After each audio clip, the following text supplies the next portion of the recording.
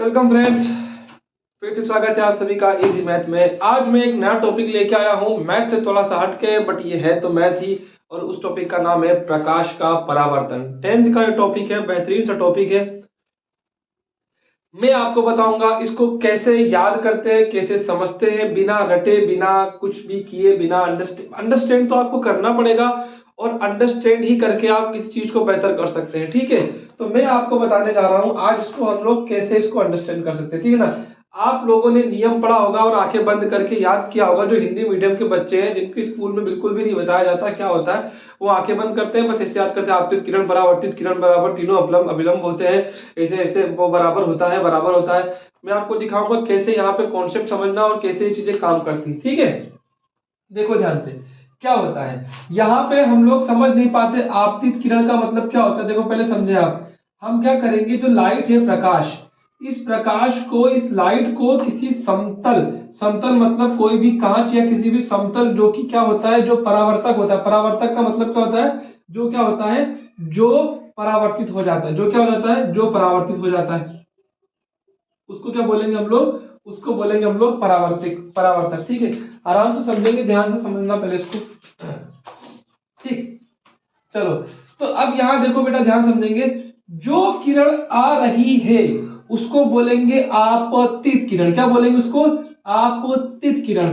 और जो किरण निकल रही है उसको क्या बोलेंगे हम लोग, परावर्तित। क्या बोलेंगे, परावर्तित किरण। और यहाँ पे क्या है, बीच में क्या होता है बेटा, एक क्या होता है, अभिलंब। ये अभिलंब का मतलब होता है 90 डिग्री। क्या होता है, 90 डिग्री।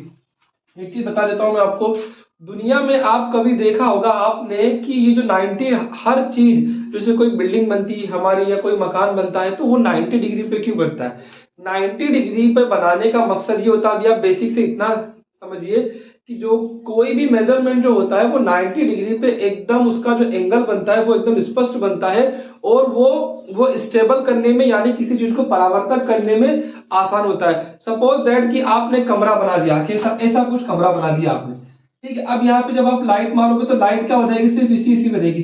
जब आप ऐसा कमरा बनाएंगे ना, मतलब 90 डिग्री पे कमरा बनाएंगे, अगर यहाँ पे लाइट जल रही तो लाइट जो होगी यहाँ टकरा के यहाँ आएगी, यहाँ टकरा के यहाँ आएगी, यहाँ टकरा के यहाँ आएगी, ऑटोमेटिक क्या हो जाएगी, परावर्तक हो जाएगी। ठीक है, आई बात समझ में। तो हर जगह 90 डिग्री पे, कोई भी आपने देखा होगा ना, मिस्त्री लोग ऐसे करके बेचारे वो ऐसे धागा बांध के, ईंटों में धागा बांध के क्यों बैठे रहते हैं, ताकि जो आपकी दीवार बन रही ना वो 90 डिग्री से बिल्कुल भी एंगल खराब ना हो। समझ में बात की नहीं, क्योंकि अगर आपका एंगल जो होगा वो 90 डिग्री से अगर खराब हो जाएगा ना, तो चीजें आपकी सही काम नहीं करेंगी। ठीक है, तो ये अभिलंब जो होता है, हर एक जगह पे अभिलंब हमेशा होता है। 90 डिग्री का एंगल तो हर जगह बनना ही चाहिए। ठीक है, चलो अब तुरंत देखेंगे क्या होता है। आपतित किरण यानी कि आने वाली किरण, क्या हो जाएगा, आपतित किरण यानी कि आने वाली किरण, परावर्तित किरण यानी कि जाने वाली किरण। ठीक है, ये बात समझ में।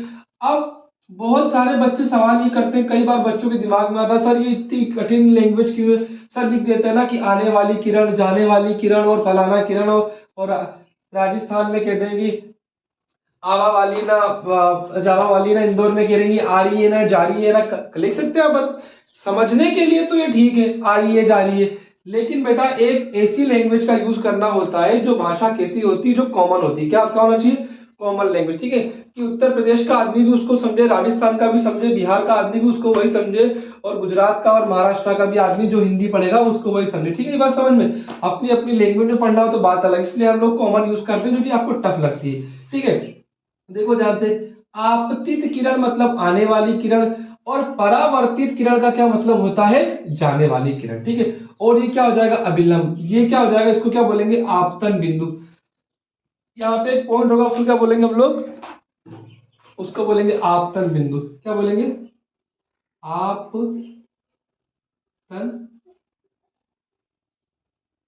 बिंदु।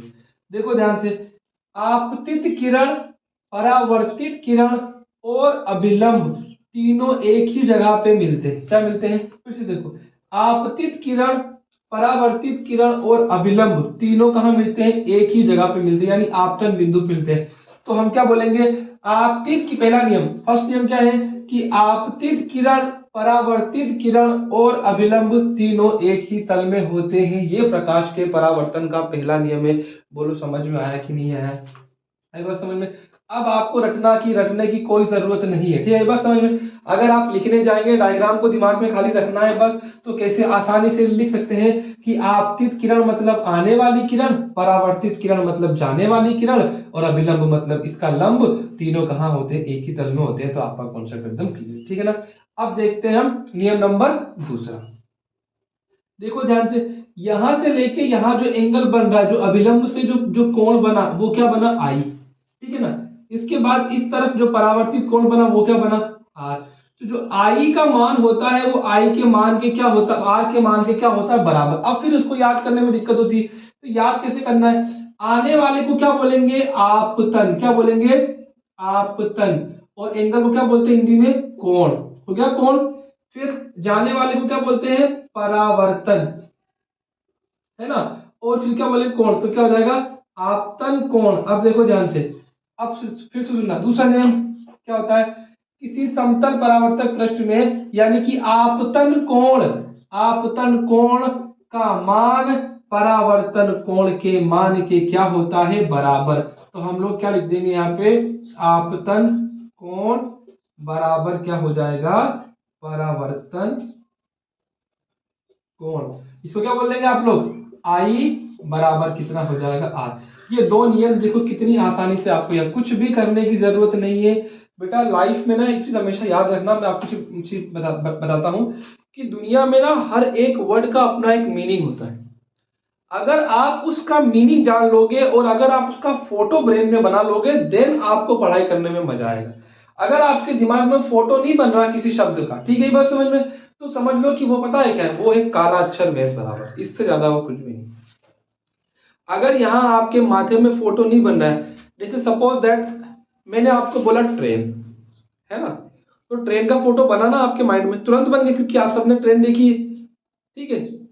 अब मैं आपको बोलता हूं साइक्लोन। अब जिनको साइक्लोन पता है उनके दिमाग में साइक्लोन का फोटो बन गया, जिनको साइक्लोन नहीं पता उनके दिमाग में साइक्लोन का फोटो नहीं बना। जब तक आपके दिमाग में किसी चीज का फोटो नहीं बनता है, किसी शब्द का फोटो नहीं बनता है, तब तक आप ये मान के चलिए कि आपको अभी भी पढ़ना नहीं आया, आपको चीजें अंडरस्टैंड करना नहीं है। जब तक आप दिमाग में किसी चीज का फोटो नहीं बना पा रहे हो, तब तक ये मान के चलिए कि अभी आपको और समझने की देरी है।